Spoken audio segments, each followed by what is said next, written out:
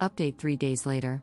In the middle of 2023, he said he was going to propose soon, but a year later, he still hadn't and finally admitted he wouldn't until we lived together, even though he had already bought a ring.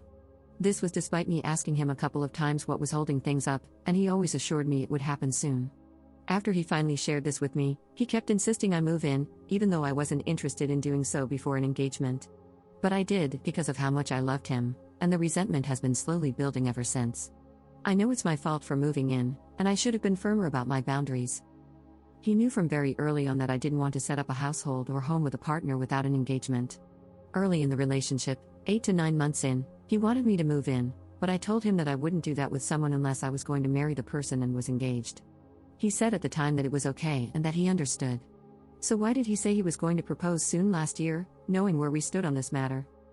Knowing he was going to propose but realizing I didn't want to marry him anymore, I told him on Saturday night that we couldn't be together anymore. He didn't take it well. He told me I had blindsided him and that he thought we both wanted a future together.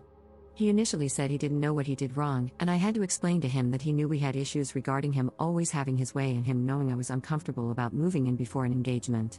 The truth is, whenever we disagreed, I always ended up giving in.